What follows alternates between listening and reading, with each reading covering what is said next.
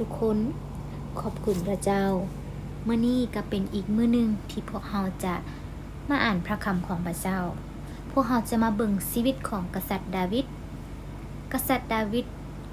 เป็นกษัตริย์ของสัญชาติอิสราเอลและยังเป็นผู้ที่ติดตามพระเจ้าและมีความเชื่อและมีความสัตย์ซื่อกับพระเจ้านอกจากนั้นกษัตริย์ดาวิดยังเป็นผู้ที่มีความเชื่อมั่นและอุทิศตนให้กับพระเจ้าแต่กษัตริย์ดาวิดก็ยังตกอยู่ในความบาปข้าพเจ้าอยากจะหนุนใจพวกเราพวกเราจะมาเบิ่งชีวิตของกษัตริย์ดาวิดว่าแม่นหยังที่เฮ็ดให้กษัตริย์ดาวิดตกอยู่ในความบาปซึ่งพระคำของพระเจ้าในมื้อนี้ก็อยู่ในพระคำ2ซามูเอลบทที่11ข้อที่1หาข้อที่15ได้กล่าวไว้ว่าปีต่อมาในฤดูใบไม้ปงเป็นเวลาที่กษัตริย์ทั้งหลายเคยออกไปสู่รบกษัตริย์ดาวิดได้ส่งโยอาบพวกนายทหารของตนและกองทัพอิสราเอลออกไปเฮ็ดศึกพวกเขาได้เอาชนะชาวอัมโมดและปิดล้อมเมืองรับบาไว้ส่วนกษัตริย์ดาวิดนั้นอยู่ในนครเยรูซาเล็มในตอนคอนบ่ายวันหนึ่งกษัตริย์ดาวิดตื่นขึ้นจากนอนและขึ้นไปที่เทิงหลังคาเพียงของราชวังในขณะที่เพิ่นย่างไปมานั้นเพิ่นเลยเลี้ยวเห็นหญิงคนหนึ่งกำลังอาบน้ำอยู่นางเป็นคนงามหลาย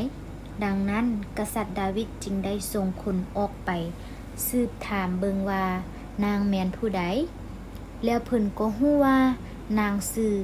เบ็ตเซบาลูกสาวของเอลีอามและเป็นเมียของอุริยาชาวฮิตตีกษัตริย์ดาวิดส่งคนไปนำเอานางมาและเขาได้พานางเข้ามาพบเพิ่นและเพิ่นได้สมสู่กับนางหาก็เสร็จสิ้นพิธีสำละตัวหลังจากเซาเป็นประจำเดือนแล้วนางก็กลับเมืองเฮือนภายหลังมาเบ็ตเซบาก็ฮู้ว่าตนถือผานางจึงส่งข่าวไปบอกให้กษัตริย์ดาวิดฮู้ฝ่ายกษัตริย์ดาวิดก็ส่งข่าวไปบอกโยอาบว่าให้ฐานส่งอุริยาคนฮิตตีมาหาเฮาดังนั้นโยอาบจึงส่ง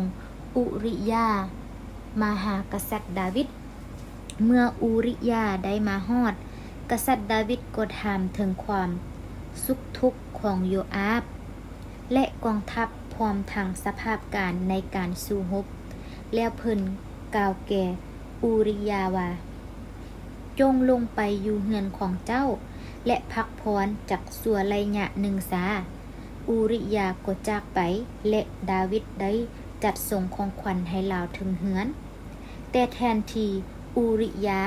จะกลับเมืองเฮือนลาวสัมผัสไปนอนอยู่ที่ประตูของราชวังนำทหารยามของกษัตริย์เมื่อกษัตริย์ดาวิดฮู้ว่าอุริยาบ่ได้กลับเมืองเฮือนเพิ่นจึงถามลาวว่าเป็นหยังเจ้าจึงบ่กลับเมืองเฮือนเพราะเจ้าบ่ได้เมืองเฮือนตั้งดนนานแล้วอุริยาตอบว่าหีบพันธสัญญาทหารอิสราเอลและชาวยูดาห์อยู่ยังในสนามรบโยอาบผู้บัญชาการของข้าน้อยและพวกนายทหารยังตั้งค่ายพักอยู่ที่นอกเมือง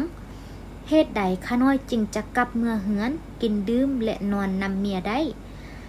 ตราบใดที่กษัตริย์ยังมีชีวิตอยู่และตราบใด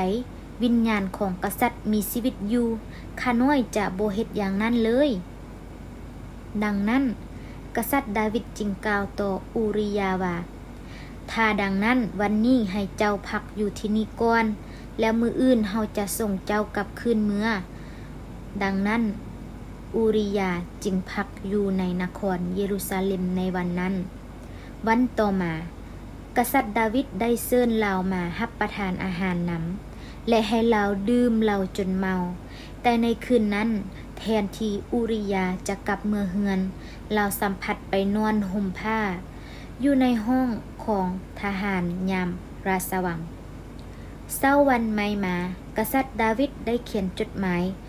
ไปหาโยอาบและให้อุริยาเป็นผู้ถือจดหมายนั้นไปให้เพิ่นเขียนว่าดังนี้ให้ทานสงฆ์อุริยาไปแนวหน้า บอนที่มีการสู้รบกันอย่างดุเดือดที่สุด แล้วให้ยกทัพถอยและปล่อยให้อุริยาถูกฆ่าตาย